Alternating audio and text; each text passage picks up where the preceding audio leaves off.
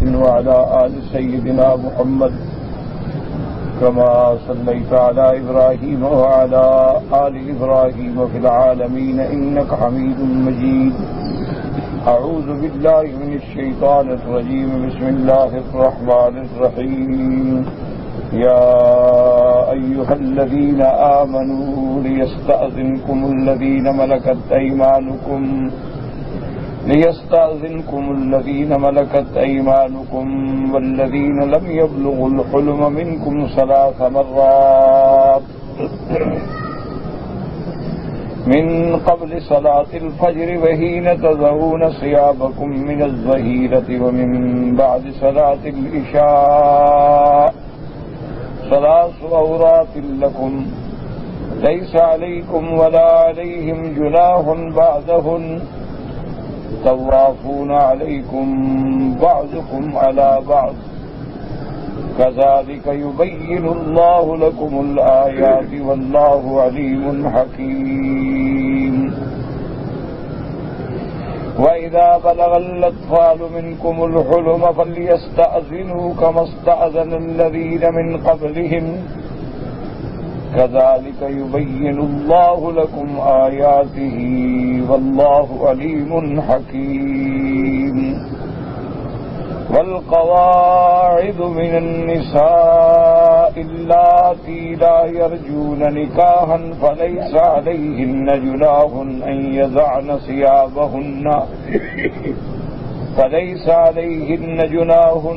أن يضعن ثيابهن غير متبرجات بزينة وأن يستعففن خير لهن والله سميع عليم. قال المؤلف والمفسر رحمه الله تعالى أدام النفع بعلومكم بعلومه وعلومكم في الدارين آمين إلى أن قال هذه الآيات الكريمة اشتملت على استئذان الأقارب بعضهم على بعض. اب مفسر رحمۃ اللہ علیہ فرماتے ہیں کہ یہ آیت مبارک جو ہے یہ اپنے اقارب، قریب رشتہ دار، عزیز، اپنے بچے، اپنے غلام، اپنی کنیزیں، اپنے گھر والوں کے بارے میں ہے. پہلا حکم جو تھا وہ تو باہر والے لوگوں کے لیے تھا. یہ احکام ان لوگوں کے لیے ہے جو قریب ہوتے ہیں، رشتہ دار ہوتے ہیں، ہر وقت آنا جانا ہوتا ہے، گھر میں رہتے ہیں. وما تقدم في اول السورة فهو استئذان الاجانب بعضهم على بعض.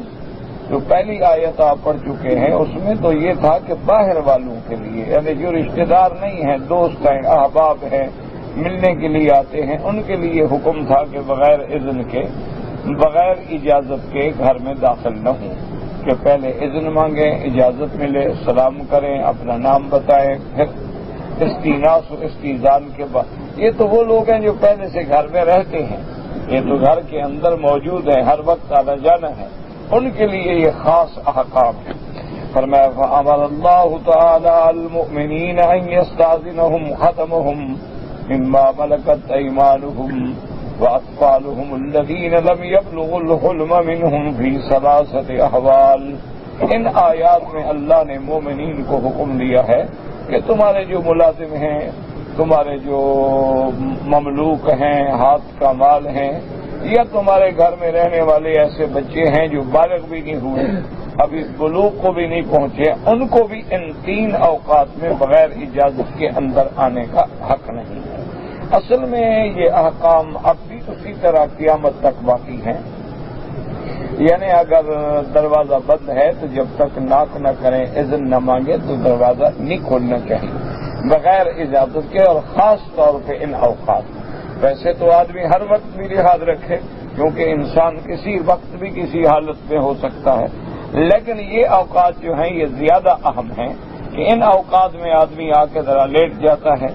ان اوقات میں آدمی اپنے آپ کو تھوڑا سا ریلیکس کرنے کے لیے کپڑے وغیرہ کا زیادہ احتیاط نہیں کرتا ہے، چادر ہے، بنیان میں ہے، لیٹ جائے گا. تو اس لیے ان اوقات میں حتیٰ کہ بچے ہیں، نابالغ ہیں، خادم ہیں، ان کو بھی اندر آنے کا حکم نہیں. الاول من قبل صلاة الغداة لأن الناس إذ ذاك يقولون نياما في فرشهم سب سے پہلے تو فجر کی نماز سے پہلے، کیونکہ یہ سونے کا وقت ہے، اور خدا کی قدرت ہے کہ آخری حصہ رات کا جو ہے اس میں نیند آدمی کو بڑی غفلت سے آتی، آدمی بالکل نیند میں گویا کہ بے ہوش ہوتا ہے، اسے پتہ ہی نہیں ہوتا ہے کہ میرا کپڑا بدن پہ صحیح ہے نہیں ہے، میں کیسے لیٹا ہوا ہوں۔ اچھا، بعض اوقات تو ایسی نیند ہوتی ہے شدت سے کہ آدمی اس کو جو بھی کوشش کرے جگانے کی وہ محسوس ہی نہیں کرتا۔ وَحِينَ تَضَعُونَ ثِيَابَكُم مِّنَ الظَّهِيرَةِ أَيْ فِي وَقْتِ الْقَيْلُولَةِ، کہ کھانے کے بعد، کیونکہ قیلولہ کرنا جو ہے سنت ہے، حضور صلی اللہ علیہ وسلم کی سنت مبارک ہے کہ انسان اگر دن کو کھانا کھائے تو تھوڑی دیر کے لیے لیٹ جائے۔ لیکن یہ بھی آتا ہے، محدثین علماء فرماتے ہیں کہ قیلولہ کے اندر نیند کرنا ضروری نہیں ہوتا کہ لازماً ہر حال میں نیند آئے نہ آئے، لیکن 15 منٹ آدھا گھنٹہ کھانے کے بعد لیٹ جائے۔ اسی طرح محاورات عرب جو ہیں ان میں بھی کہتے ہیں تغدا تمدا، کہ تم نے اگر غدا کیا ہے یعنی دن کا کھانا کھایا ہے تھوڑا لیٹ جاؤ۔ تعشا تمشا، اگر تم نے رات کا کھانا کھایا ہے تو تھوڑا چلو پھرو تاکہ کھانا جو ہے وہ صحیح معنی میں ہضم ہو جائے۔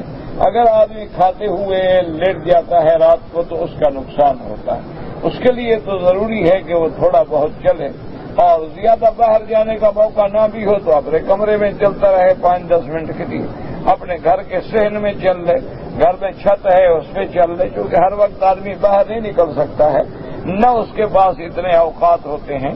لیکن اگر ان چیزوں پہ عمل کرے تو اللہ کی مہربانی سے صحت جو ہے انسان کی بہتر رہتی ہے، کہ غدا کے بعد تھوڑا تمدا آرام کر لے اور رات کو کھانے کے بعد تھوڑا سا چل پھر لے۔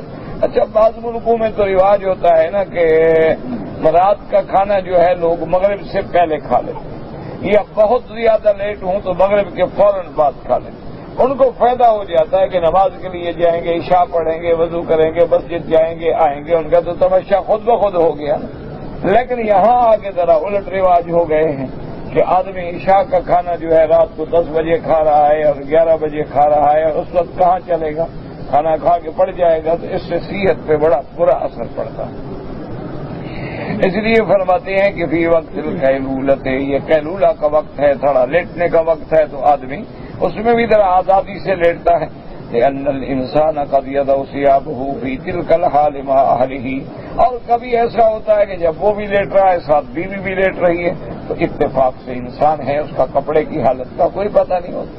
ومن بعد صلاة العشاء لأنه وقت النوم، اور عشاء کے بعد فوراً بھی، کیونکہ یہ سونے کا وقت ہے، اور سونے کے لیے آدمی کو پرائیویسی کی ضرورت ہوتی ہے، اور سونے کے لیے ہر آدمی جو ہے وہ اہتمام سے نہیں سوتا ہے کہ جیسے باہر نکلتا ہے تو آدمی کپڑے پہن کے نکلتا ہے، لیکن جب گھر میں ہوتا ہے اور بستر پہ ہوتا ہے اور سو رہا ہوتا ہے تو کم سے کم لباس میں ہوتا ہے، تو اس میں اندیشہ ہوتا ہے کہ کہیں عورت کھل نہ جائے اور اس پہ کسی بچے کی بھی نظر نہ پڑے۔ اسلام نے اتنا احتیاط فرمایا۔ بھائی عمر الخدم والاطفال ان لا يهجموا على اهل البيت في هذه الاحوال لما يخشى من ان يكون الرجل على اهله او نحو ذلك من الاعمال، اس لیے اللہ نے حکم دیا کہ خادم ہیں یا گھر کے بچے ہیں، ایسا نہ ہو کہ وہ اچانک گھر میں داخل ہو جائیں، کیونکہ اچانک داخل ہونے میں کبھی ایسا ہے کہ میاں بیوی ملے ہوئے، کبھی ایسا ہے کہ بغیر کپڑوں کے لیٹے ہوئے، کبھی ویسے نہ بھی لیٹے ہوں، چلو پیار کر رہے ہیں، کچھ کر رہے ہیں، تو چھوٹے بچے دیکھیں گے ان کے دماغوں میں بڑے اثرات پڑیں۔ یہی وجہ ہے کہ آج کل ڈش کے ذریعے سے تقریباً اللہ کی مخلوق کو دشمنوں نے برباد کر ڈالا ہے، نوجوان بالکل ہلاکت کے کناروں پہ پہنچ گئے ہیں۔ الا من عصمہ اللہ، ہاں مگر وہ لوگ جن کو اللہ نے محفوظ رکھا ہے، اور اللہ تبارک و تعالیٰ تو حفاظت فرمانے والے ہیں، لیکن ہمیں بھی ہدایات ہیں کہ ہم اپنے گھروں کو کنٹرول کریں، ہم اپنے گھروں کو سنبھالیں، کہ ہمارے گھر میں اگر ٹی وی ہے تو بچوں کے ساتھ بیٹھ کے خبر دیکھ لیں، کوئی اہم بات دیکھ لیں، کوئی ایسی بات دیکھ لیں جو تاریخ سے تعلق رکھتی ہے، علماء سے تعلق رکھتی ہے، دروس ہیں، علم کا فائدہ حاصل کرنا ہے۔ ورنہ اگر ہر آدمی کے کمرے میں ٹی وی ہے اور جو مرضی ہے دیکھتا رہے تو اس کا نتیجہ جو کچھ ہو رہا ہے آپ پڑھ رہے ہیں اخباروں میں۔ وَلِهَذَا قَالَ ثَلَاثُ عَوْرَاتٍ لَكُمْ لَيْسَ عَلَيْكُمْ وَلَا عَلَيْهِمْ جُنَاحٌ بَعْدَهُنَّ کہ یہ 3 وقت جو ہیں یہ بڑے پردے والے وقت ہیں کہ ان اوقات میں بطور خاص. اور بڑی ترتیب دیکھیں اللہ کے قرآن نے کیسے خوبصورت ترتیب کہ من قبل صلاۃ الفجر نماز سے پہلے، اس کے بعد ظہر، اس کے بعد عشاء. ترتیب اوقات کی بھی اسی طرح ہوتی ہے. اسی لیے حکم ہے کہ آدمی عشاء کی نماز کے بعد بلا وجہ کس سے کہانیاں نہ کرے. جیسے ہمارے ہاں آج کل مصیبت ہے انا للہ و انا الیہ راجعون کہ ساری رات آدمی بیٹھے ہیں دوستوں کے ساتھ، 1 بج گیا 2 بج گئے، پھر وہ بیچارہ کیا تہجد پڑھے گا. ورنہ شریعت کا حکم جو ہے وہ یہی ہے کہ عشاء کی نماز کے بعد بات کرنا بھی منع ہے کہ آدمی بات نہ کرے. ہاں طالب العلم ہے، مطالعہ ہے، مراجعہ ہے، یا میاں بیوی ہیں آپس میں بات کر رہے ہیں، وہ تو ایک ضرورت ہے. ورنہ بغیر ضرورت جو ہے حکم یہ ہے کہ عشاء کے بعد جتنا جلدی ہو سکے سو جائیں. اب دیکھیں نا، اب عشاء تقریباً 8:30 بجے ختم ہو جاتی ہے. اگر آدمی 10 بجے اپنے بستر پہ چلا جائے اور سو جائے تو 4:30 بجے 4:30 پہ یا 35 پہ تہجد کی اذان ہوگی. تو اگر وہ 4:30 بھی اٹھے گا تب بھی 6.5 گھنٹے وہ نیند لے چکا ہے. یعنی 10 بجے سوئے گا اور 4:30 اٹھے گا، 6 گھنٹے کامل مکمل نیند لے چکا ہے. اب تہجد پڑھے گا، آرام سے فجر پڑھے گا، اشراق پڑھے گا، اپنے کام پہ نکلے گا، نشاط کامل ہوگا طبیعت، کیونکہ پورا آدمی نیند لے چکا. اور اسی طرح ڈاکٹروں نے بھی ابھی یہ بات مان لی ہے. ورنہ اسلام کا تو پہلے سے حکم ہے نا کہ رات کو عشاء کے بعد کلام نہ کریں الا مع اہلہ، یا مراجعہ ہے، طالب العلم ہے، اس کی ضرورت ہے. لیکن اب جو ہے نا جی، اور قرآن نے دوسری جگہ یہ بھی فرما دیا ہے کہ اللہ نے رات کو تمہارے لیے پردے کی چیز بنایا، آرام. جعلنا اللیل لباسا وجعلنا النہار معاشا، اور دن جو ہے تمہارے شغل کا، معاش حاصل کرنے کا ذریعہ. اسی طرح فرمایا نومکم سباتا. اور اگر اب ڈاکٹر بھی مانتے ہیں، وہ کہتے ہیں کہ جو رات کی نیند ہے نا اس کا بدل دن کی نیند نہیں ہو سکتی. یعنی دن میں آپ چاہے 8 گھنٹے سو جائیں، لیکن رات میں اگر آپ 3 گھنٹے آرام کر لیں تو وہ 3 گھنٹے زیادہ بہتر ہیں، وہ انسان کو زیادہ صحت کے لیے مناسب ہیں. کیونکہ اللہ نے رات آرام کے لیے بنائی ہے، رات سکون کے لیے بنائی ہے، اور دن جو ہے اللہ تبارک و تعالی نے تمہارے چلنے پھرنے اور کام کے لیے بنایا. تو اس لیے جو آدمی، سچی بات یہ ہے کہ شریعت کے اصولوں پہ، اسلام کے اصولوں پہ اور احکام اسلام پہ اور سیرت نبی صلی اللہ علیہ وسلم پہ چلے گا، وہ دین میں، دنیا میں، صحت میں، عافیت میں، رزق میں، ہر لحاظ سے کامیاب. اب دیکھیں نا جی، اسلام نے ہدایت دی، سونے کی بھی ہدایت دی کہ جلدی سو جائیں. اسلام نے آپ کو کھانے پینے کی بھی ہدایت دی کہ کلوا واشربوا ولا تسرفوا، کھاؤ پیو لیکن زیادتی نہ کرو. یہ نہیں کہ بس کھاؤ تو کھاتے جاؤ جیسے حیوان چرتا ہے، اور پیو تو پیتے جاؤ. نہیں، اعتدال، ہر چیز میں اعتدال، ہر چیز میں اعتدال ہو کے. اور اسی لیے حکم ہے کہ اس وقت کھاؤ جب بھوک کا تقاضا ہو، اور اتنا کھاؤ جتنا قابل ہضم ہو. اسی لیے آپ دیکھ لیں کہ ہمارے جو بڑے بزرگ گزرے ہیں، اس وقت ان لوگوں کی کتنی سادہ زندگی ہوتی تھی. نہ انہوں نے زندگی میں کبھی یہ پیپسی کولا اور کالا کولا اور پتہ نہیں کیا کولا بولا، سب کچھ دیکھا ہی نہیں تھا.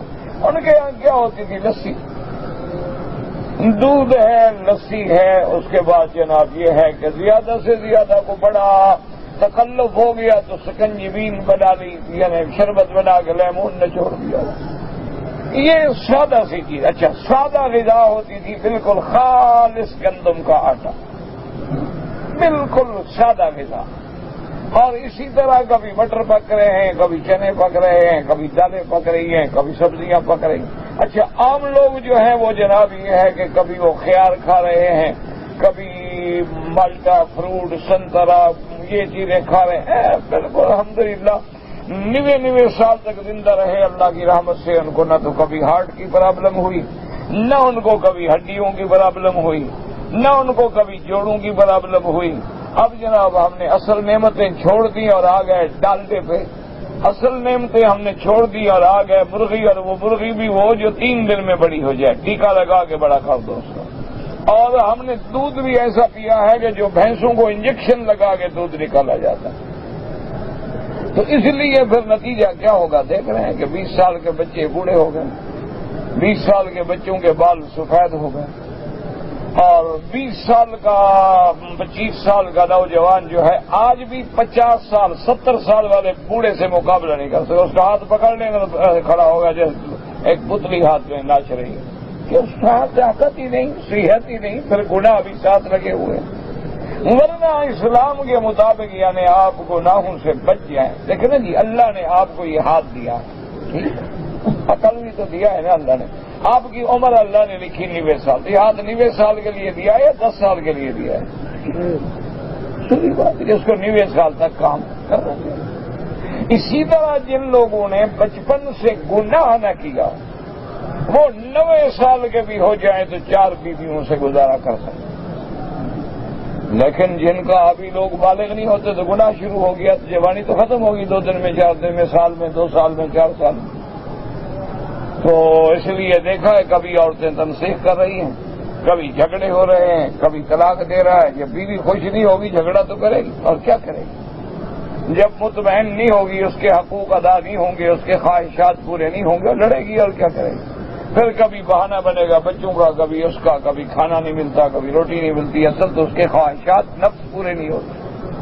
تو سیدھی سی بات ہے، تو سلی سی بات۔ اور وہ کیسے پورے ہوں گے؟ جوان تو بیچارہ فارغ ہو گیا، فلمیں دیکھنے کے بعد لعنت میں پڑا اور ہمیشہ کے لیے ختم ہو گیا، گل گیا، سڑ گیا۔ انا للہ و انا الیہ راجعون، رونے کے سوا حالت یہ ہے کہ کنٹرول کرو، اپنے گھر پہ کنٹرول کرو، اپنے بچوں پہ کنٹرول کرو۔ دیکھو کہ ان کے گھر میں کون کون سی CDs ہیں، دیکھو کہ ان کے گھر کے اندر کون کون سی آڈیو ویڈیو کیسٹ ہیں، ان کو خود چلاؤ، بیٹا چلا کے مجھے دکھاؤ یہ کیا ہے، تو آپ کنٹرول کریں۔ لیکن آپ خود کہیں کہ بیٹا اچھی طرح ڈھونڈ کے لاؤ، آج میں نے بھی دیکھنی ہے، تو پھر جب دادا دادی بھی ساتھ بیٹھ کے دیکھیں تو پھر پوتا پوتی کیا کریں؟ بات پھر ٹھیک ہے، انا للہ و انا الیہ راجعون۔ آج کل تو حال یہی ہے نا ماشاءاللہ، بزرگ بچوں سے پہلے بیٹھے ہوتے ہیں ٹی وی پہ ماشاءاللہ۔ 4 نمبر کی اینک ہو نا، مجال ہے پلک جھپک جائے، اتنے غور سے دیکھتے ہیں، غور سے کبھی اتنا قرآن بھی نہیں پڑھا ہوگا۔ انا للہ ہے، دیکھا نہیں ہر آدمی ٹیلی فون ہے، گھنٹی کا بجے حتیم میں، انا للہ، حتیم کے اندر نماز پڑھ رہا ہے اور گانے لگے ہوئے۔ یار یہ کوئی یہودی تو نہیں آتے نا، مسلمان بھائی ہیں نا ہمارے بھائی، انہوں نے خاکہ بنایا توہین کی، تم تو کعبے کے سامنے کھڑے ہو کے توہین کر رہے ہو، حضور کے روضے پہ کھڑے ہو اور گھنٹیاں بج رہی ہیں، میوزک آ رہا ہے۔ جہاں حکم ہے کہ آواز اونچی ہو جائے تو تمہارے عمل تباہ ہو جائیں گے، تم نے گانا لگایا ہو۔ یعنی جب تم خود اتنی بے حس ہو گئے، بے ضمیر ہو گئے، تو کیسے کہتے ہو جی فلاں کافر نے توہین کر؟ وہ کافر تو دشمن ہے، توہین نہیں کرے گا تو کیا وہ درود پڑے گا؟ وہ تو کافر ہے، بدبخت ہے، وہ دشمن ہے، دشمن دین ہے، دشمن اسلام ہے، دشمن رسول پاک ہے۔ ان سے بات منوانے سے پہلے تم خود دیکھو کہ کیا ہم اللہ کے کعبے کی توہین نہیں کر رہے، روضہ رسول اللہ کی توہین نہیں کر رہے، کہ جہاں بزرگوں نے لکھا ہے کہ چلو تو پاؤں دھپ دھپ نہ کریں، آواز نہ آئے،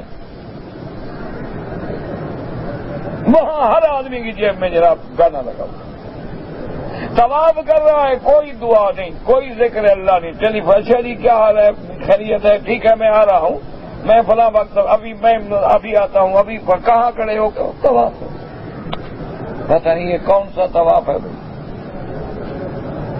انا للہ و انا الیہ راجعون، بس کچھ کہہ نہیں سکتا۔ بہرحال چونکہ ہم لوگوں کی ذمہ داری ہے کہ ہم دین کے چوکیدار ہیں اور دین کے سبب میں ہمیں روٹی ملتی ہے، تو ہم نے تو پھر کہنا ہے نا، دیکھو نا، آپ چوکیدار رکھتے ہیں، اس نے تو پہرا دینا ہے نا، شور کرنا ہے، چور چور چور چور، لکڑی بھی مارے گا، دروازہ بھی کھٹکھٹائے گا، بیٹری بھی، لائٹ بھی مارے گا، آوازیں بھی دے گا، سیٹیاں بھی بجائے گا، اور بہت زیادہ ضرورت پڑ جائے تو کوئی ہوائی شوائی فائر میر بھی کر دے گا۔ اس کے ذمہ، ہمارے ذمہ تو یہی ہے نا، جو ہمارے ذمہ تو کچھ کہ ہم آپ سے کوئی بات منوا لیں، یہ تو ہمارے ذمہ ہے ہی۔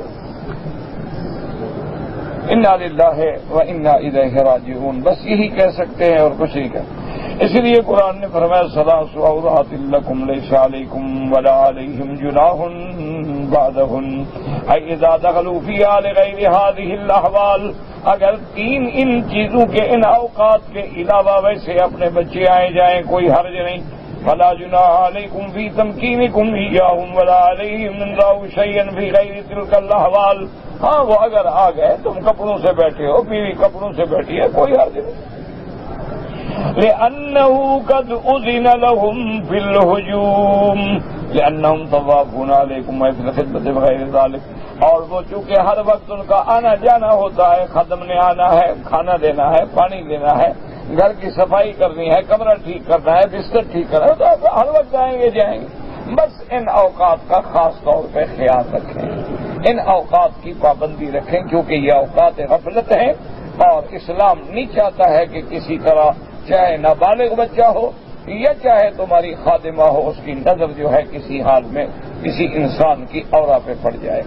اور اس کے بعد فرماتے ہیں یغتفر بالطوافین ما لا یغتفر فی غیرہم، اور جن لوگوں نے ہر وقت گھر میں آنا جانا ہے ان کے لیے کچھ اور زیادہ رعایات ہوتی ہیں۔ ولهذا روى الإمام مالك وأحمد بن حنبل وأهل السنن رحمه الله عليهم أن النبي صلى الله عليه وسلم قال في الهرة إنها ليست بنجسة إنها من الطوافين عليكم والطوافات۔ اسی طرح مفسر رحمۃ اللہ علیہ فرماتے ہیں کہ امام مالک اور امام احمد نے رحمت اللہ علیہم نے روایت نقل کی ہے حدیث پاک میرے مدنی محمد مصطفیٰ صلی اللہ علیہ وسلم، حضور نے فرمایا بلی کے بارے میں کسی نے پوچھا کہ یا رسول اللہ صلی اللہ علیہ وسلم، گھر میں پانی رکھا ہوتا ہے کھلا ہے، کبھی کبھی بلی منہ مار کے پی لیتی ہے، آپ نے فرمایا اس سے پانی پلیت نہیں ہوتا، چونکہ یہ تو ہر وقت گھر میں آنے جانے والی چیز ہے، کیسے احتیاط ہو سکے، کتنا احتیاط کریں۔ آپ لوٹا بھر کے رکھیں گے بلی صاحبہ پہنچ جائیں، آپ پانی بھر کے رکھیں گے تو بلی کہیں سے آ جائے گی۔ ہاں بعض فقہا نے یہ بات کہہ رکھا ہے کہ خاص خیال کرو کہ بعض اوقات مثلاً بلی نے تازہ چوہا کھایا ہے، منہ گندا ہے، خون لگا ہوا ہے، وہ اس نے منہ مارا ہے تو پھر پانی حرام ہو جائے گا، پھر پانی جو ہے وہ پلیت ہو جائے گا۔ اگر آپ نے دیکھا ہے کہ اس کے اثرات ہیں پانی پر، کیونکہ جب اس نے منہ گندا ہوگا تو پانی پہ اثرات آئیں گے۔ اگر ایسی بات نہیں ہے تو چونکہ یہ ہر وقت آنے جانے والی چیز ہے تو اس لیے رعایت دی گئی۔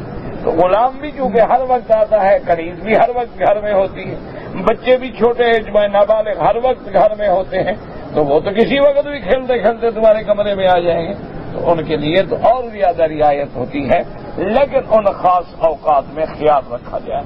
اسی لیے حکم ہے کہ جب بچہ بچی 10 سال کے ہو جائیں تو ان کے بستر جو ہیں وہ الگ کر دیے جائیں، ان کو علیحدہ سلایا جائے تاکہ وہ ماں باپ کی کسی حرکت پہ نہ نظر کر سکیں۔ ویسے تو یاد رکھیں کہ بچہ چاہے چھوٹا بھی ہو، یعنی دودھ پیتا بچہ 1 سال کا 2 سال کا، اس کے سامنے بھی والدین جو حرکات کرتے ہیں نا اس کے دماغ میں فیڈ ہوتی رہتی ہے، وہ بول تو نہیں سکتا، نہ آپ کو منع کر سکتا ہے، لیکن دیکھ تو رہا ہے، اس لیے ہر حال میں آدمی احتیاط کرے۔ اور اگر اپنے بچوں کو بچانا ہے تو 4 سال کی عمر سے ان پہ کنٹرول کریں کہ 4 سال کا بچہ ہو، ان کے سامنے کبھی جھگڑا نہ کریں، ان کے سامنے کبھی کپڑے نہ اتاریں، ان کے سامنے کبھی ننگے نہ ہوں، ان کے سامنے کبھی میاں بیوی نہ لیٹیں، ان کے سامنے کبھی بری بات نہ کریں، اور ان کو پھر آہستہ آہستہ انگلی پکڑ کے اپنے ساتھ رکھیں، کبھی حرم لے گئے، کبھی نماز میں لے گئے، کبھی جمعہ میں لے گئے، تاکہ ان کے ذہن جو ہے وہ دین کی طرف آئیں، ان کو اسلام کا لباس پہنائیں، ان کے سروں پہ اسلامی لباس دیکھیں۔ اس لیے آپ دیکھیں اروپا میں چلے جائیں، یورپ میں جائیں، دنیا کے ملکوں میں جائیں، جن لوگوں کو اللہ نے اپنا بنا لیا ہے نا جی، وہ وہاں رہتے ہوئے ان کے بچے پگڑیاں باندھتے ہیں، ہمارے بچے یہاں کٹنگ کر کے سر ننگے پھرتے ہیں۔ کیا ہے کہ انہوں نے 4 سال سے اپنے بچے کو تربیت دی، اس نے گندے مقام پہ اس کو جانے ہی نہیں دیا، کسی غلط مقام پہ اس نے جانے ہی نہیں دیا۔ اب ہم باہر سفر میں ہوتے ہیں، کبھی دیکھتے ہیں تو ان کے گھروں میں بڑے بڑے یا تو آپ کے پاس 20 انچ 24 انچ 40 انچ، ان کے پاس تو پتہ نہیں 80 90 انچ کے سکرین کے ٹی وی ہوتے ہیں۔ اچھا، ہر کمرے میں لگا ہوا، لیکن چلائیں گے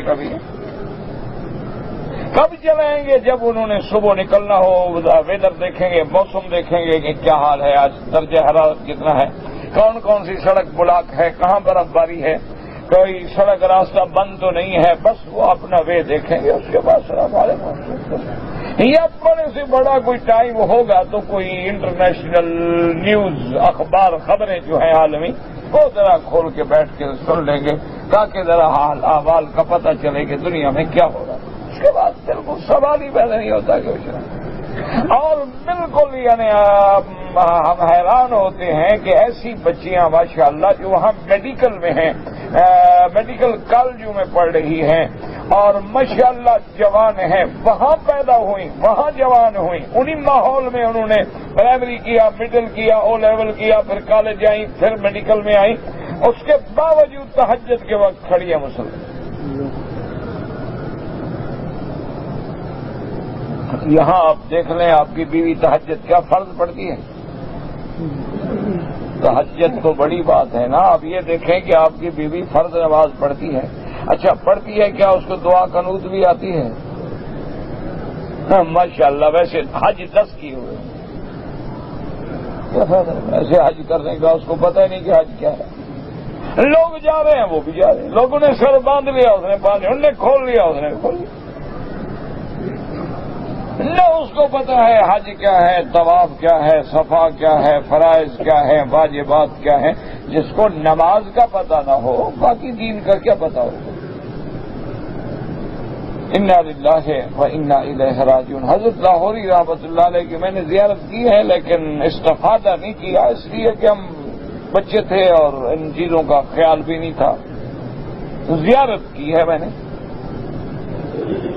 تو ان کے ساتھ رہنے والے لوگ جو ہیں وہ بتلاتے ہیں کہ ایک تو حضرت جب تشریف لاتے تھے کسی جلسے پہ، پہلے تو جاتے ہی نہیں تھے، طبیعت ان کی نہیں گوارا کرتی، اگر تشریف لے بھی جاتے تھے تو ان کے پاس تھیلی میں چنے اور گڑ اور ایسی چھوٹی موٹی چیزیں اپنی ساتھ۔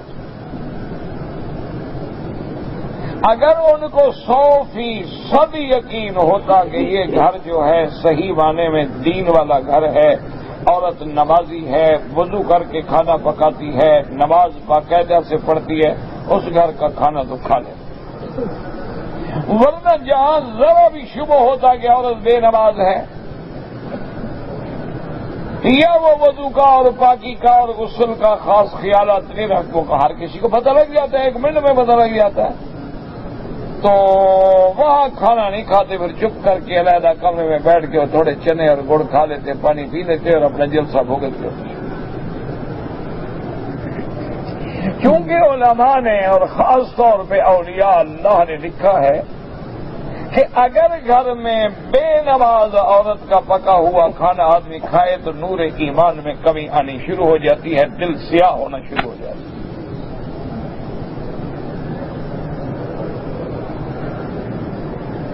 پتہ نہیں ہمارے دلوں کا سیاہی نہیں، میرے خیال میں یہاں تو کوئی زنگار لگے ہوئے ہوں گے نا، سیاہی تو معمولی بات ہے، یہاں تو معلوم ہوتا ہے کہ سیاہی در سیاہی در سیاہی در سیاہی ہو کے سیاہی کا ٹکڑا بن گئے ہوں گے، تو پتہ ہی نہیں، ہرا جو چیز آئے ماشاءاللہ خلاص، ہرا چیز آئے فنا در فنا، ہوٹل پہ بیٹھے ہیں، پتہ ہی نہیں ہے کہ مرغی کہاں کی ہے، گوشت کہاں کا ہے، اس میں گھی کہاں کا ڈالا ہے اس نے، اور جبنا خرید رہے ہیں پتہ نہیں ہے کہاں کا ہے، کس ملک کا بنا ہوا ہے، کیا اس میں خنزیر کے انزائم تو نہیں ڈالے گئے، پتہ ہی نہیں، ضرورت ہی نہیں پوچھنے کی، لاؤ بابا کھاؤ، بس ہڑپ کرو، ہضم کرو، انا للہ و انا، کیوں یہ جبنا جو ہے نا یہ میدے کے انزائم کے بغیر بنتا نہیں، اور وہ دو چیزوں کے استعمال ہوتے ہیں، یا گائے کے یا خنزیر کے۔ اچھا جس ملک میں گائے ہے نہیں تو وہ کہاں سے لے آتے ہیں؟ صاف بات ہے وہ خنزیر کا استعمال کرتے ہیں، لیکن چونکہ وہ پیک ہے، بڑا خوبصورت ہے اور کٹا ہوا ہے، اور کیلو اور ربو کیلو اور نصف کیلو اور چھوٹی چھوٹی ٹکیاں بنائی ہوئی ہیں، انہوں نے جناب وہ آپ کے لیے جو چیز بنائی اس کو بھی دل کی شکل دی ہوئی ہے تاکہ بچپن سے بندہ اسی دل کے چکروں میں پڑ جائے۔ اور ہمارا ہر ماشاءاللہ بزرگ داڑھی والا ماشاءاللہ صف اول والا بچوں کے لیے وہی بیبی لا رہا ہے۔ انا للہ و انا الیہ۔ اچھا جتنے بسکٹ ہوتے ہیں نا کریم والے جن میں اینیمل فیٹ ہے کوئی قسم نہیں کھا سکتا کہ حلال ہے۔ آپ ہمیں کیا ضرورت ہے؟ ہم دیکھیں کافر ملک میں جو مسلمان ہے نا وہ جب ڈبہ خریدتا ہے پہلے پڑھتا ہے اچھا vegetable fat okay, animal fat no, وہ دیکھ جائے گا۔ کافر ملک میں رہنے والا مسلمان اس کو پتا ہے کہ کافر ہمیں کیا کھلاتا ہے۔ جتنے تمہارے اعلیٰ سے اعلیٰ صابن ہے نا انشاءاللہ 10 ریال 100 ریال تک کی ایک ایک صابن ایک ایک ٹکیا جو ہے، ان سب میں جو ہے نا جی وہ جو ڈالتے ہیں کریم کے لیے اللہ معاف فرمائے وہ سارا اس کے اندر وہ چربی جو ہے وہ خنزیر کی ہو گائے سب مکس ہوتی ہے، اس کو ریفائن کر کے اس سے وہ بنا دیتے ہیں۔ ہمیں کیا ہم لگا رہے ہیں ویسے پاک ہو رہے ہیں صابن میں خنزیر ہے نہ پاک کس چیز سے ہو رہے ہو؟ پیشاب سے کپڑا دھونا شروع کر دو پاک ہو جائے گا۔ کس کو کہو لوگ کہیں گے پاگل ہو گئے ہیں مولوی جی کیا کون سی چیز ہم چھوڑ دیں؟ ہاں جی بالکل نہ چھوڑیں مر جائیں گے۔ جب تک یہ صابن ایجاد نہیں ہوئے تھے تو ہمارے لوگ مر جاتے تھے اور پاک ہونے کا کوئی طریقہ نہیں تھا۔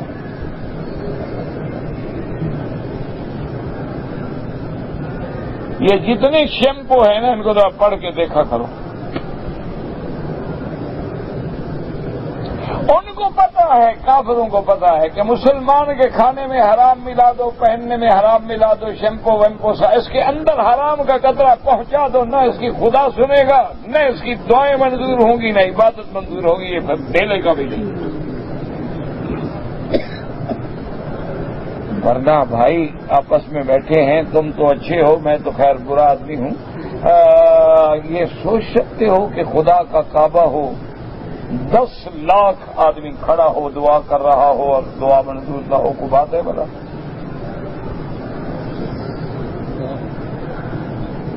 کوئی تصور ہے اگر کعبے میں بھی ہماری دعا منظور نہ ہو کہاں جائیں؟ اور ریاض الجنہ میں بیٹھ کر بھی ہماری دعائیں منظور نہ ہوں؟ ریاض الجنہ میں بیٹھے ہیں اور جناب میوزک لگا ہوا ہے موبائل پہ۔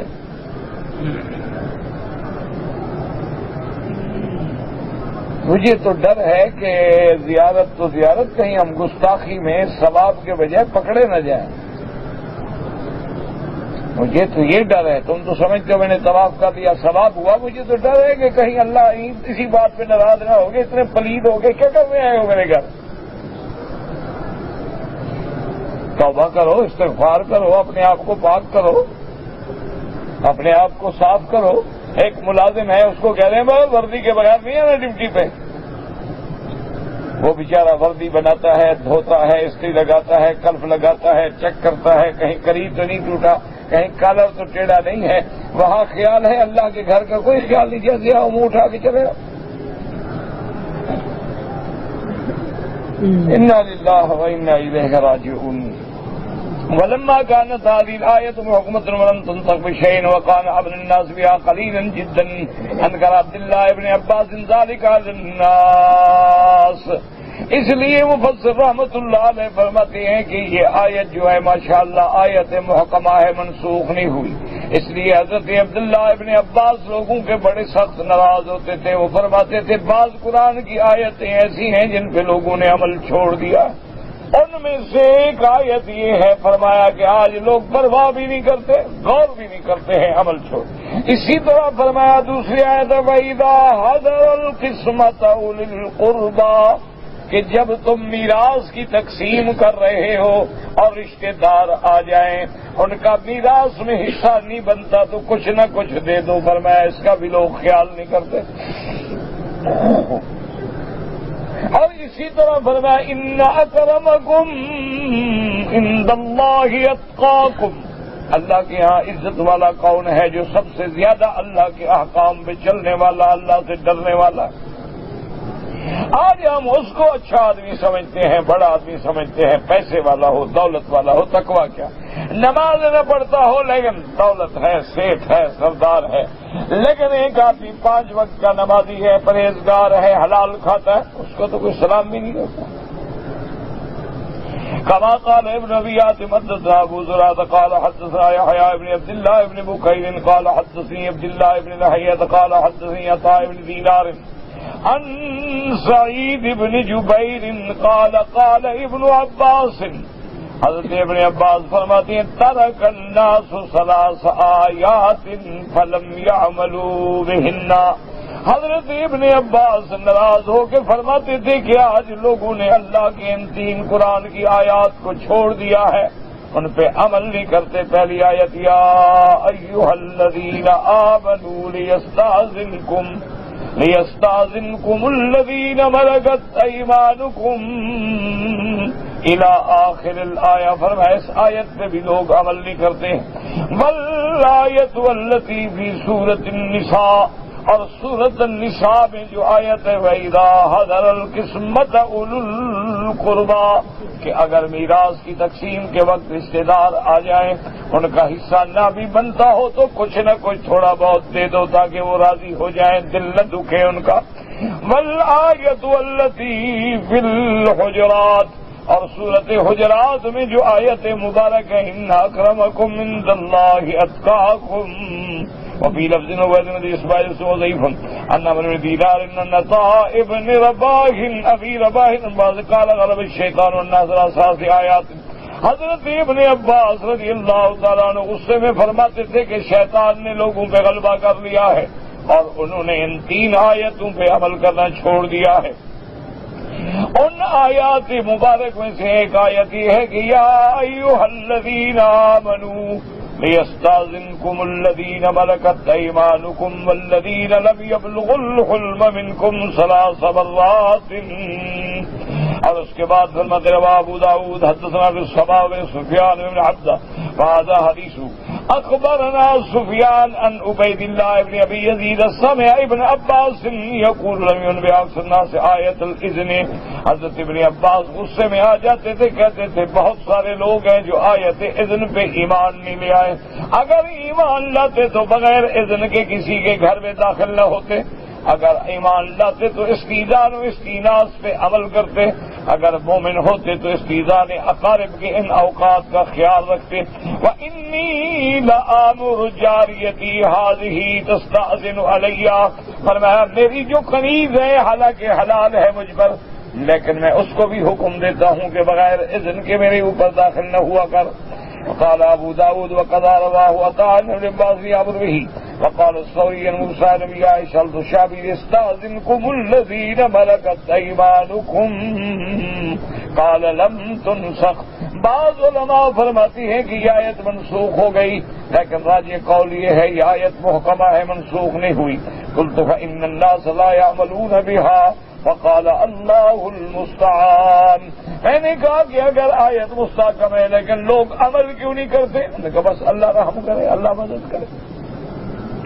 وقال ابن ابی حاتم حدثنا الربیع بن سلیمان قال حدثنا ابن وهب قال اخبرنا سليمان بن بلال عن عمرو بن ابي عمر عن اكرمة بن عباس ان رجلين سألاه عن الاستئذان في 3 عورات التي امر الله بها في القرآن۔ حضرت اکرمہ فرماتی ہیں کہ 2 آدمی آئے حضرت ابن عباس سے آ کے پوچھا کہ اللہ نے جو حکم دیا ہے کہ ان 3 اوقات میں بغیر اذن کے گھر میں داخل نہ ہوں۔ فقال ابن عباس ان اللہ ستیر یحب الستر، اللہ تبارک و تعالی چونکہ ستر فرمانے والے ہیں، وہ چاہتے ہیں کہ بندے بھی ستر میں رہیں، حیا میں رہیں، پردے میں رہیں، ان کے عورات پہ بھی کسی کی نظر نہ ہو۔ كان الناس ليس لهم ستور على أبوابهم ولا حجال في بيوتهم.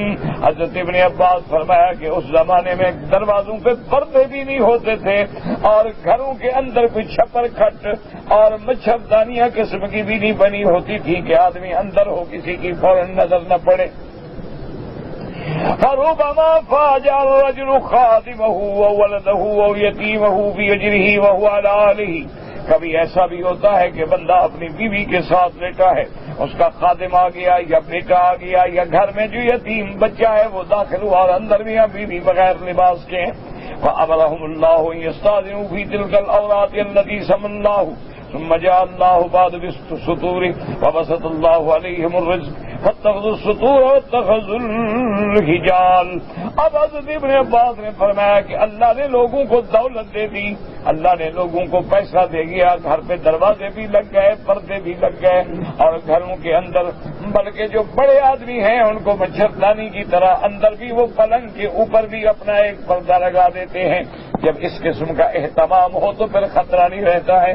فالناس ان ذلك قد كفاهم من الاستئذان الذي امروا به. وهذا اسناد صحيح الى ابن عباس ورواه ابو داود الكعنبي عن الداودي عن عمرو بن ابي عمر به. حضرت ابن عباس رضی اللہ تعالیٰ عنہ فرماتے تھے کہ اب چونکہ پردے کا خاصا اہتمام ہو گیا ہے اس لیے لوگ سمجھتے ہیں کہ اب اذن کی ضرورت نہیں رہی، حالانکہ اذن کی ضرورت ہے چاہے کتنا انتظام کیوں نہ ہو جائے. انسان ہے، غفلت ہوتی ہے، دروازہ ہے، کچھ ہے، چاہے بیٹا ہے بیٹی ہے، کسی حال میں بھی بغیر اذن کے اندر نہ آئے، خاص طور پہ ان اوقات میں تو بالکل نہ آئے. واللہ اعلم.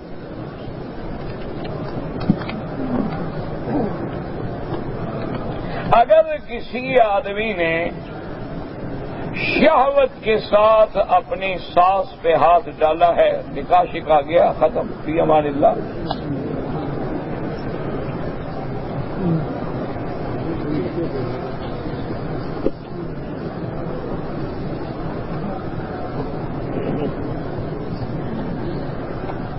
اب تو میرا بھائی کس بات کا ماتم کریں، اللہ کے حرم میں بیٹھ کے کہتے ہوئے شرم آتی، لیکن شریعت کا بھی حکم ہے کہ شرعی مسائل بتانے میں شرم نہیں ہوتی ہے. لیکن آج کل تو حالات یہ ہیں نعوذ باللہ ثم نعوذ باللہ کہ لوگ پہلے اپنی ساس سے ناجائز تعلق قائم کر کے پھر اس سے رشتہ حاصل کرتے ہیں کہ جی وہ راضی ہوگی تو لڑکی دے گی نا. پتہ نہیں یہ کیسا نکاح ہے اور کیسے حلال ہے. انا للہ و انا الیہ.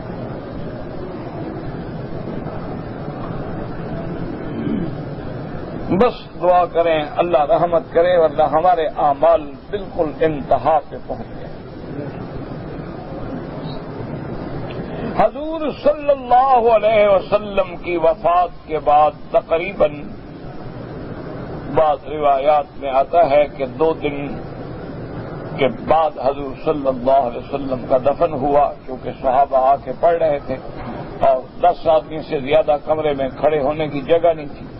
اور دوسری بات یہ بھی تھی کہ رحمت دو عالم کے بدن مبارک پہ کسی تغیر کا تو خوف نہیں تھا کہ کوئی تبدیلی ہو جائے گی یا کوئی خطرہ ہو جائے گا، کیونکہ اللہ نے محفوظ رکھا ہے آپ کے. حضور کی وفات کے بعد وراثت تھی ہی نہیں تو تقسیم کیا ہوتی؟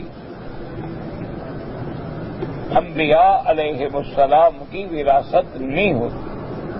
رحمت دو جہاں نے فرما دیا تھا کہ نحن معاشر الانبیاء، جتنے اللہ کے نبی گزرے ہیں، لم یورثوا دینارا ولا درہما، پیسہ دولت ان کا میراث نہیں ہوتا، ان کا میراث علم ہوتا.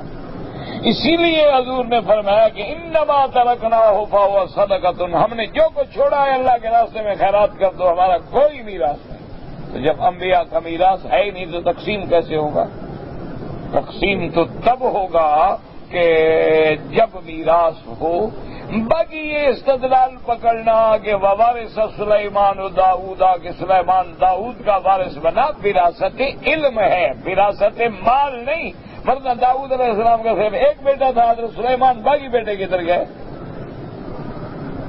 چونکہ حضرت سلیمان کو بھی اللہ نے نبی بنایا، اللہ نے علم عطا فرمایا، تو اللہ نے صرف انہی کا ذکر کیا۔ اسی لیے حضرت زکریا علیہ السلام نے دعا کی تھی تاکہ میرے بعد میرے اس مشن کو چلا سکے، یہ نہیں کہ میری جائیداد کا وارث بنے۔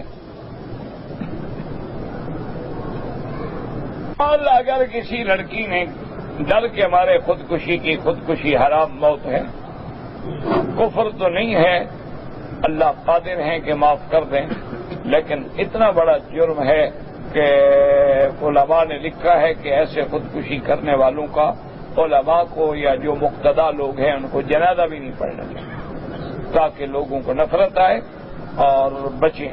باقی کوئی آدمی بھی خودکشی خوشی سے تو نہیں کرتا، مجبوری سے کرتا ہے، لیکن اللہ کے فیصلے کے خلاف کیا۔ اللہ جب چاہیں گے ماریں گے، تم کیوں اپنی زندگی ختم کرو؟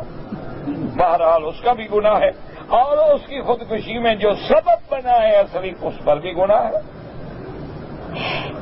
کہ جس نے زنا کرنے کی کوشش کی اور اسی شرم سے وہ بیچاری مر گئی، تو وہ بندہ بھی تو اس کی موت کا مجرم ہے۔ باقی اللہ کے آگے توبہ کرو، اللہ جانے اللہ کے کام ہے، وہ معاف کرنا چاہے تو 100 قتل معاف کر دیں، اور پکڑنا چاہے تو ایک بلی میں پکڑ کے جہنم میں ڈال دیں۔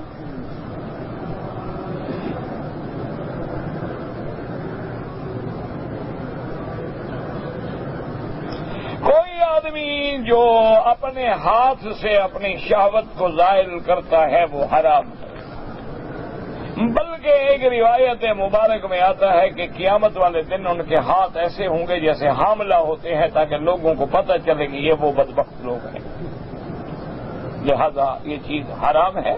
وہ تو بعض مقام پہ فقہا لکھتے ہیں، مصیبت تو یہی ہے نا، آدمی پڑھتا تو ہے لیکن سمجھتا نہیں ہے نا۔ بعض مقام پہ حنابلہ میں سے بعض علماء نے لکھا کہ ایک آدمی ہے، اللہ معاف کرے، شہوت کا غلبہ ہے، عورت موجود ہے، زنا کے لیے رستہ کھلا ہے، اس سے بچنے کے لیے اسے یہ عمل کر لیا تو اس گناہ سے تو کم ہے نا، لیکن یہ مانا تھوڑا ہے کہ ہمیشہ کرتا رہے۔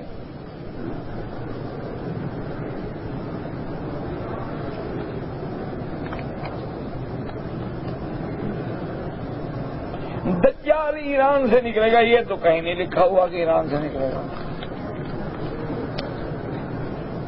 یہ تو آپ نے کہیں پیشین گوئی پڑھی ہو، میں نے تو نہیں پڑھی۔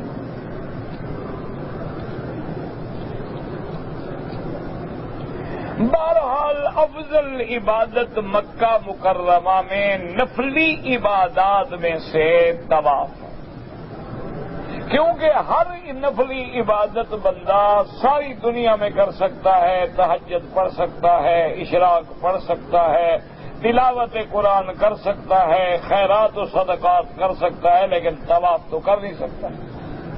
تو سب سے اہم ترین عبادت جو ہے وہ طواف ہے۔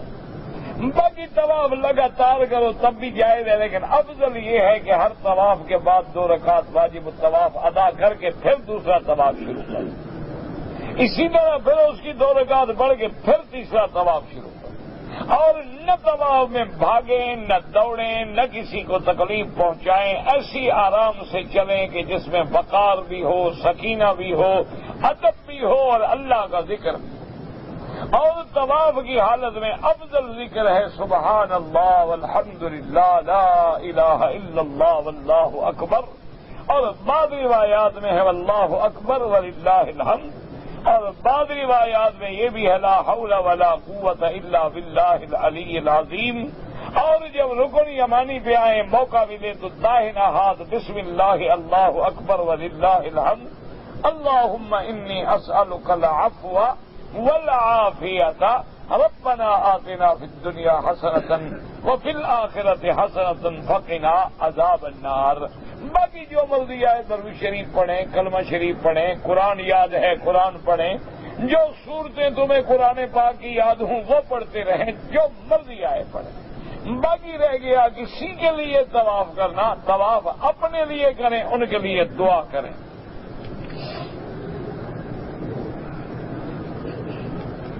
کہتے ہیں جی کہ بعض لوگ جو ہیں جوتے الماریوں میں نہیں رکھتے، بلکہ جہاں قرآن پاک کی الماریاں ہیں ان کے قریب رکھ دیتے ہیں. میرا بھائی اصل بات نیت پہ ہے. انما الاعمال بالنیات. اگر ایک آدمی کی نیت جو ہے، اب دیکھو نا، مثلا ایک آدمی نے ایسے کیا کیا، اس کو کوئی آدمی نہیں چڑھے گا، لیکن دوسرے کو ذلیل کرنے کے لیے کیا تو لازمی بات ہے کہ چڑ ہو جائے گی. اس لیے جو لوگ، اب یہ الماری کھڑی ہے، الماری لوہے کی ہے، بند ہے، اگر اس نے ادھر جوتے رکھے اس کا مقصد توہین نہیں ہے، نہ اس کی نیت ہے نعوذ باللہ کہ میں قرآن کی توہین کروں. لیکن ادب کا تقاضا یہ ہے کہ اس کے ساتھ لگا کے نہ رکھو، جتنا دور ہو رکھو، تاکہ عام دیکھنے والے بندے کے دماغ میں یہ بات نہ آئے کہ دیکھو یار قرآن کے ساتھ اس نے جوتے رکھ دیے ہیں. ورنہ رکھنے والا مسلمان ہے، کبھی سوچ سکتے ہیں آپ کہ اس کے دماغ میں ایسی بات آ جائے گی. اللہ تبارک و تعالیٰ معاف فرمائے.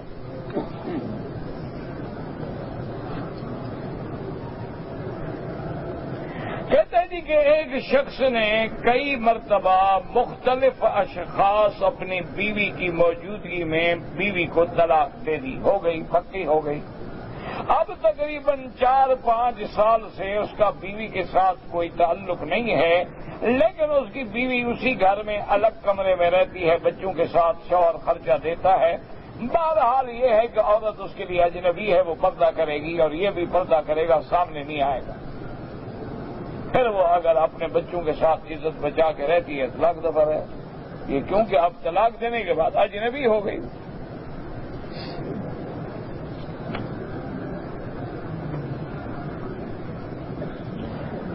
کہتا ہے جی کہ میں جدے گیا تھا اور کسی دوست کے گھر میں نماز کا وقت آیا تو میں نے نماز 4 رکعت پوری پڑھ لی اور قصر نہیں کی. کوئی حرج نہیں، کوئی منع نہیں. جیسے اللہ نے مسافروں کو اجازت دی ہے کہ سفر میں روزہ نہ رکھیں، لیکن کوئی رکھ لے تو گناہ نہیں.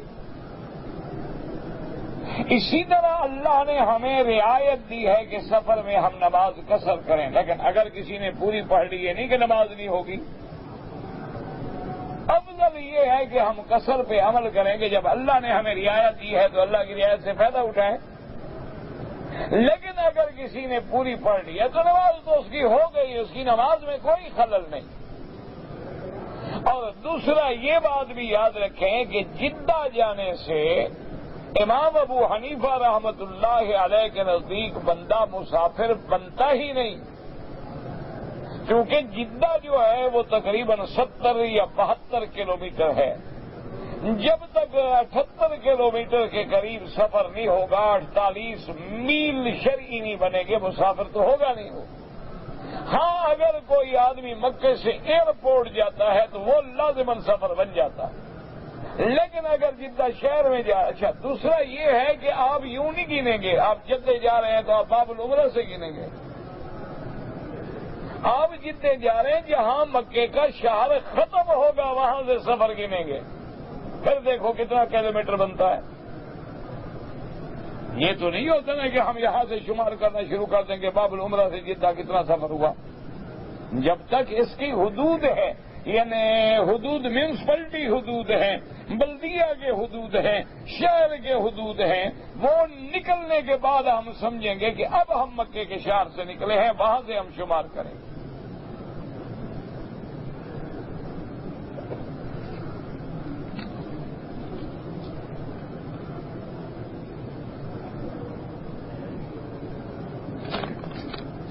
میں نے آپ کے پاس سے گھنٹی کی آواز آ رہی، ہو سکتا ہے مجھے بھی بند کرنا بھول گیا ہو. میں اس کی کوئی صفائی تو نہیں دیتا، اپنی طرف سے تو میں کوشش کرتا ہوں کہ بند کر دوں، لیکن کبھی آپ نے آواز سن لی ہو تو ہو سکتا، بڑی بات ہے، انسان ہے، مجھے بھی بھول گیا. ویسے ماشاءاللہ مجھ پہ نظر رکھتے ہیں آپ اچھی بات. اچھی بات، یہ بھی محبت ہے نا. محبت نہ ہو کون کسی کو دیکھتا ہے؟ بھائی محبت نہ ہو کسی کو کیا پڑی ہے کہ خیال رکھے. وہ قہر سے دیکھتے ہیں، دیکھتے تو ہیں. میں شاد ہوں کہ ہوں تو کسی کی نگاہ میں اچھا ہے، یہی پارا تو ہمیں گناہوں سے بچاتا ہے. یہی پہرا جو ہے نا آپ لوگوں کا، سچی بات یہ ہے، یہی تو ہمارے گناہوں سے بچنے کا سبب ہے کہ ہم گزرتے ہیں، کہتے کوئی دیکھنا رہا ہو کیا کہے گا، یار اچھا استاد ہے، ہمیں تقریر کرتا ہے، خود کیا کر رہا ہے۔ یہی آپ لوگوں کی وجہ سے، اللہ کا ڈر تو پتہ نہیں کسی کو ہوگا، ہم جیسے لوگوں کو تو نہیں ہوتا۔ ہمیں تو بندوں کا ڈر ہوتا ہے کہ خدا تو غفور رحیم ہے، بندے نہیں معاف کریں گے۔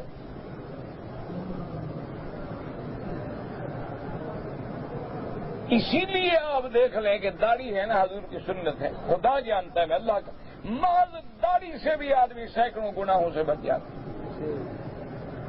کوئی بے حیا ہو تو الگ بات ہے، ورنہ اس کو شرم آتی، یاد میری داڑھی ہے تو کیا کہے گا کہ دیکھو منہ پہ داڑھی ہے، بال سفید ہیں، اور نوجوان لڑکی کو تاڑ کے کھڑا ہو تو وہ چپل اٹھا کے نہیں مارے گی منہ میں۔ یہ کیسا آدمی ہے، مولوی ہے، داڑھی رکھی ہوئی ہے اور ہمیں بری نظر ڈالتا ہے۔ تو اسی طرح جو ہے نا جی، یہ جو ہم لوگ الحمدللہ اسٹیج پہ آنے والے لوگ ہیں نا، ہم تمہاری دعاؤں سے بھی اور ماشاءاللہ تمہاری کڑی نظروں کی وجہ سے بھی گناہوں سے بچے رہتے ہیں۔ تم اپنے بچوں کا خیال کرو نہ کرو، مولوی کے عیب ضرور ڈھونڈو گے۔ تمہیں اللہ نے پیدا اسی لیے کیا ہے کہ مولویوں کے پیچھے لگ جاؤ اور ان کے گناہ ڈھونڈو۔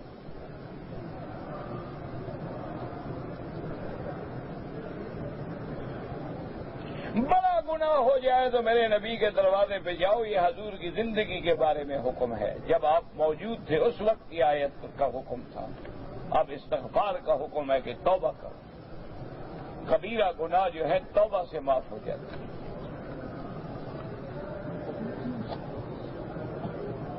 حضرت یوسف علیہ السلام اور جلیخا تو کوئی نہیں، زلیخا زے سے ہوتا ہے، اور وہ بھی اللہ جانے اس کا نام زلیخا تھا یا تم نے رکھا ہوا ہے، وہ تو سابقہ کتابوں میں اس کے کئی نام آئے ہیں، رائیل بھی آیا ہے، زلیخا بھی آیا ہے، اور حقیقت یہ ہے کہ اللہ عالم یہ دونوں غلط ہوں، قرآن نے تو نام بتایا نہیں، ہم کہاں سے نام لے آئے؟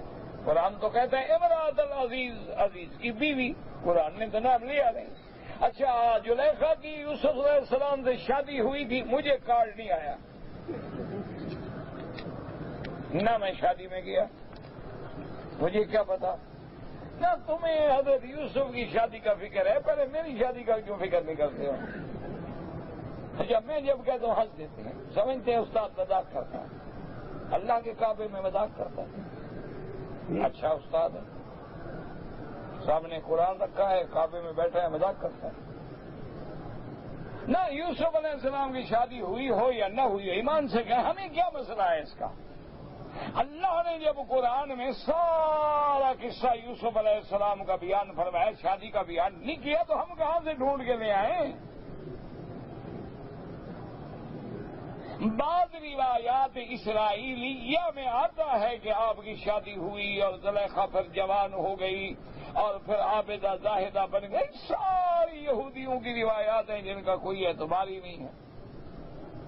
اللہ نے سورت یوسف علیہ السلام ایک واحد قصہ ہے جس کو اول سے لے کر آخر تک بیان کیا ہے، لیکن اللہ نے شادی کا ذکر نہیں کیا، تو ہم کہاں سے لے آئے؟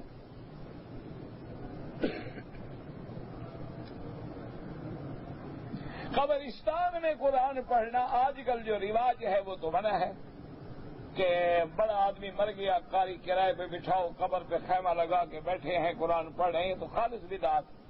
ہاں، آدمی گزر رہا ہے، اس نے قرآن پڑھا، اللہ سے دعا کی، اللہ ان کو ثواب عطا فرما دے، اللہ دیں گے انشاءاللہ۔